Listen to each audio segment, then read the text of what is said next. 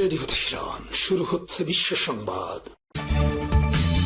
বাংলাদেশের সর্বশেষ গুরুত্বপূর্ণ আপডেট সংবাদে আপনাকে স্বাগত। শুরুতেই সংবাদ শিরোনাম, পরে বিস্তারিত। প্রথমেই জানাবো, নজরুল বিশ্ববিদ্যালয়ে ছাত্রদলের দুই গ্রুপের দফায় দফায় সংঘর্ষ।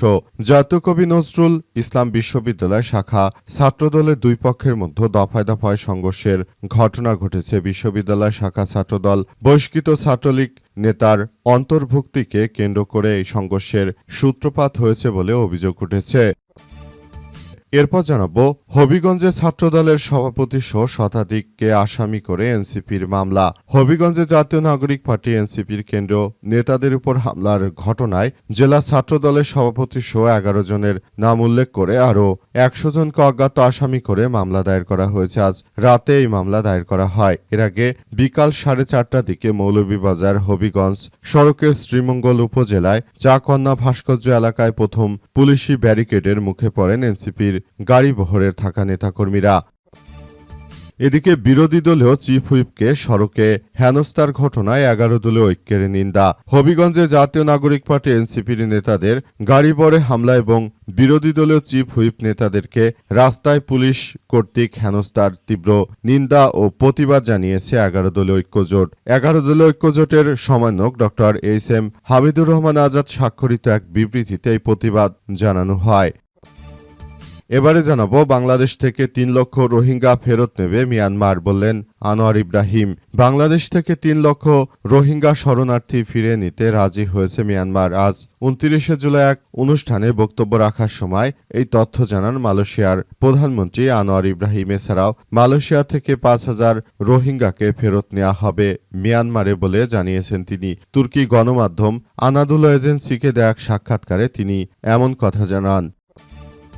এবং সর্বশেষ জানাবো, পাকিস্তানের তল্লাশি চৌকিতে হামলা, নিহত 15 জন সেনা। পাকিস্তানের উত্তরাঞ্চলীয় খাইবার পাখতুনখোয়া প্রদেশের একটি তল্লাশি চৌকিতে সশস্ত্র জঙ্গি হামলা, অন্তত 7 জন পুলিশ কর্মকর্তা এবং 8 জন হামলাকারী নিহত হয়েছে। একাধিক রক্তক্ষয়ী সংঘর্ষের পর এই হামলার খবর নিশ্চিত করেছে জিও নিউজের বরাতে টিআরটি ওয়ার্ল্ড। জানায় যে এতে আরও 22 জন সেনা সদস্য গুরুতরভাবে আহত হয়েছে। প্রিয় দর্শক, এতক্ষণ শুনছিলেন সংবাদ শিরোনাম, এবার বিস্তারিত। তবে তার আগে বন্ধুরা, অনুরোধ থাকবে এই সংবাদটিতে একটি লাইক দিন। এই চ্যানেলে আপনি নতুন হয়ে থাকলে আমাদের সংবাদটি দেখতে দেখতে চ্যানেলটি সাবস্ক্রাইব করে রাখুন। কমেন্ট করে বন্ধুরা আপনার মূল্যবান মতামত জানিয়ে দিন আপনি বিশ্বের কোন দেশ থেকে বা বাংলাদেশের কোন স্থান থেকে আমাদের সংবাদটি দেখছেন এবং শুনছেন। আর বন্ধুরা, সংবাদটি আপনার সোশ্যাল মিডিয়া ফেসবুকে শেয়ার করে বন্ধুদেরও দেখার সুযোগ করে দিন। গাজা যুদ্ধে আপনি যদি নিরীহ ফিলিস্তিনিদের ভালোবেসে থাকেন বন্ধুরা, কমেন্টে ইয়েস লিখে পুরো বিশ্ববাসীকে আমাদের এই তাজা আপডেটটি দেখার সুযোগ করে দিন। এবারে বিস্তারিত। হবিগঞ্জে ছাত্রদলের সভাপতি সহ শতাধিককে আসামি করে এনসিপির মামলা। হবিগঞ্জে জাতীয় নাগরিক পার্টি এনসিপির কেন্দ্র নেতাদের উপর হামলার ঘটনায় জেলা ছাত্রদলের সভাপতি সহ 11 জনের নাম উল্লেখ করে আরও 100 জনকে অজ্ঞাত আসামি করে মামলা দায়ের করা হয়েছে। আজ রাতে এই মামলা দায়ের করা হয়। এর আগে বিকাল 4টার দিকে মৌলভীবাজার হবিগঞ্জ সড়কের শ্রীমঙ্গল উপজেলায় চাকন্যা ভাস্কর্য এলাকায় প্রথম পুলিশি ব্যারিকেডের মুখে পড়ে এনসিপির গাড়ি বহরের সময় গাড়ি থেকে নেমে পুলিশের সঙ্গে কথা কাটাকাটি হয় এনসিপির আহ্বায়ক নাইদ ইসলাম, সদস্য সচিব আক্তার হোসেন, দক্ষিণ অঞ্চলের মুখ্য সংগঠক হাসনাত আবদুল্লাহ, উত্তর অঞ্চলের মুখ্য সংগঠক সার্জিস আলম, মুখ্য সমন্বয়ক নাসির উদ্দিন পাটোয়ারি এবং ডাক্তার মাহমুদা মিতু সহ কেন্দ্রীয় নেতারা। এক পর্যায়ে পুলিশের সঙ্গে এনসিপির নেতাকর্মীদের ধাক্কাধাক্কি এবং পাল্টাপাল্টি সংঘর্ষের ঘটনা ঘটে। সময় হাসনাত আবদুল্লাহ ও নাসির উদ্দিন পাটোয়ারিকে পুলিশের সঙ্গে বাকবিতণ্ডা ও ধাক্কাধাক্কিতে জড়িয়ে পড়তে দেখা যায়। পুলিশ তাদের সরিয়ে দেওয়ার চেষ্টা করে এবং শেষ পর্যন্ত আসলে পরিস্থিতি ভিন্ন দিকে চলে যায়। অবস্থায় শেষ পর্যন্ত পরিস্থিতি কোন দিকে যাবে সেটি এখন পর্যন্ত বোঝা যাচ্ছে না, তবে সবকিছু খুবই খারাপের দিকে চলে যাচ্ছে। অবস্থায় বিএনপি সন্ত্রাসী ছাত্র দল আসলে দেশটাকে আবারও একটি বিশৃঙ্খলা দিকে নিয়ে যাচ্ছে। তারা বিরোধী দলীয় নেতাকর্মীদের উপর হামলা করে যে ত্রাসের রাজত্ব সৃষ্টি করতে চায় সেটি আসলে কোনোভাবেই গ্রহণযোগ্য নয়। বাংলাদেশ থেকে 3 লক্ষ রোহিঙ্গা ফেরত নেবে মিয়ানমার, বললেন আনোয়ার ইব্রাহিম।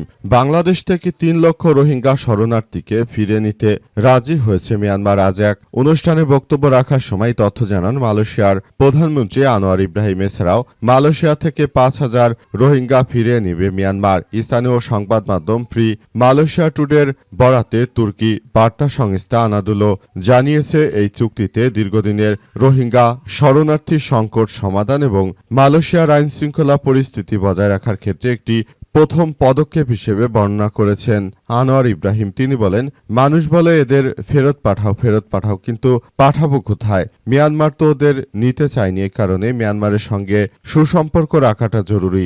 এখন তারা প্রথমে ৫,০০০ জনকে নিতে সম্মত হয়েছে।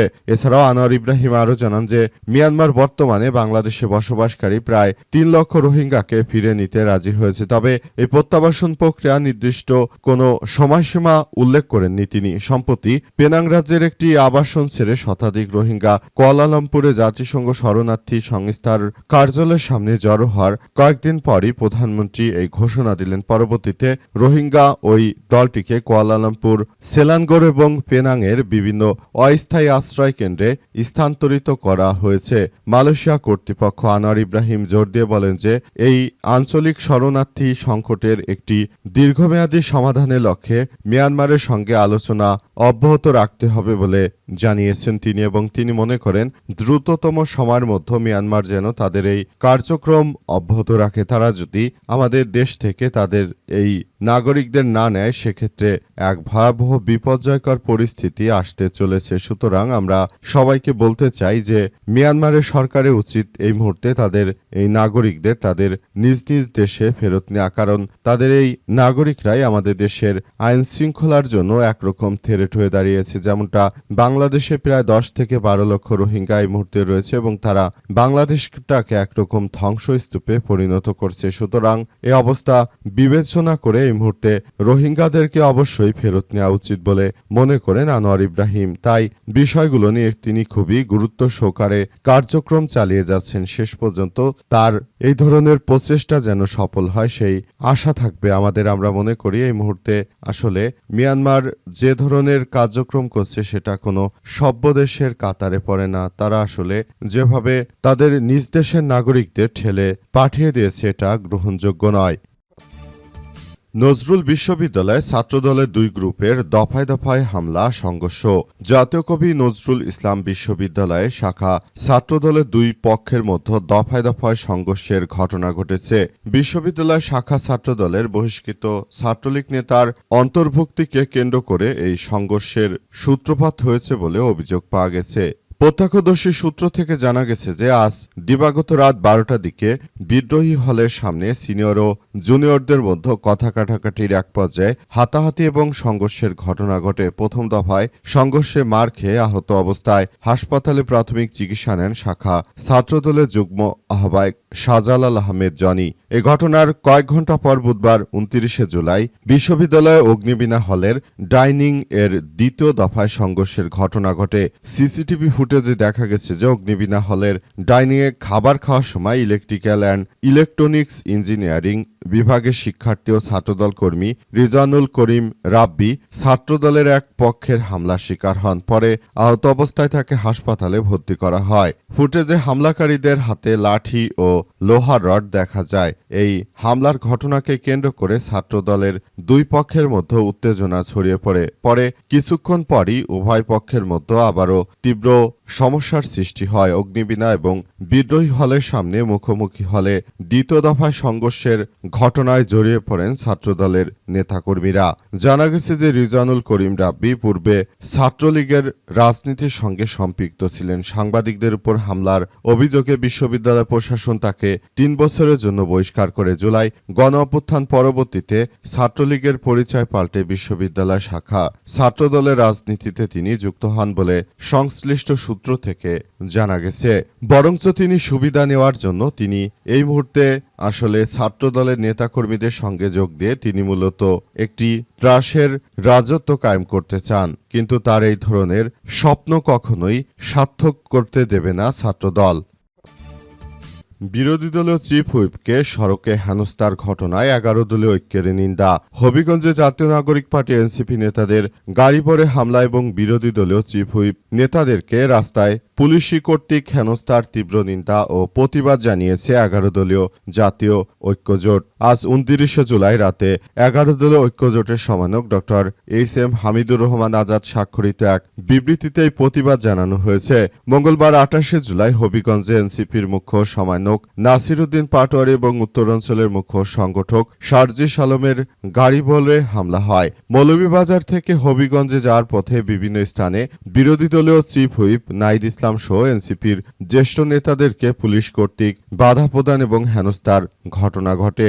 বিবৃতিতে আরও বলা হয়েছে যে তিনি বলেন, গত 28 জুলাই সন্ধ্যা 7টার দিকে হবিগঞ্জ শহরের কোর্ট মসজিদ ও জেলা প্রশাসক কার্যালয়ের সামনে জুলাই পদযাত্রা 2026 কর্মসূচি শেষ করে বাসায় ফেরার পথে জাতীয় নাগরিক পার্টি এনসিপি শীর্ষ নেতাদের গাড়ি ভরে সন্ত্রাসী হামলা ও ভাঙচুর চালানো হয়। ওই হামলার প্রতিবাদে 29 জুলাই হবিগঞ্জে এক কর্মসূচিতে যোগ দিতে যাওয়ার পথে 144 ধারা জারি করে মৌলভীবাজার শ্রীমঙ্গল ও বিভিন্ন স্থানে বিরোধী দলীয় চিফ হুইপ ও এনসিপির আহ্বায়ক নাইদ ইসলাম সহ জ্যেষ্ঠ নেতাদের পুলিশ কর্তৃক আটকে দেয়া গণতান্ত্রিক অধিকার হরণে শামিল। আমরা এই ধরনের আচরণে তীব্র নিন্দা জানাচ্ছি। একই সঙ্গে দায়ীদের চিহ্নিত করে দ্রুত আইনগত ব্যবস্থা নেওয়ার দাবি জানাচ্ছি।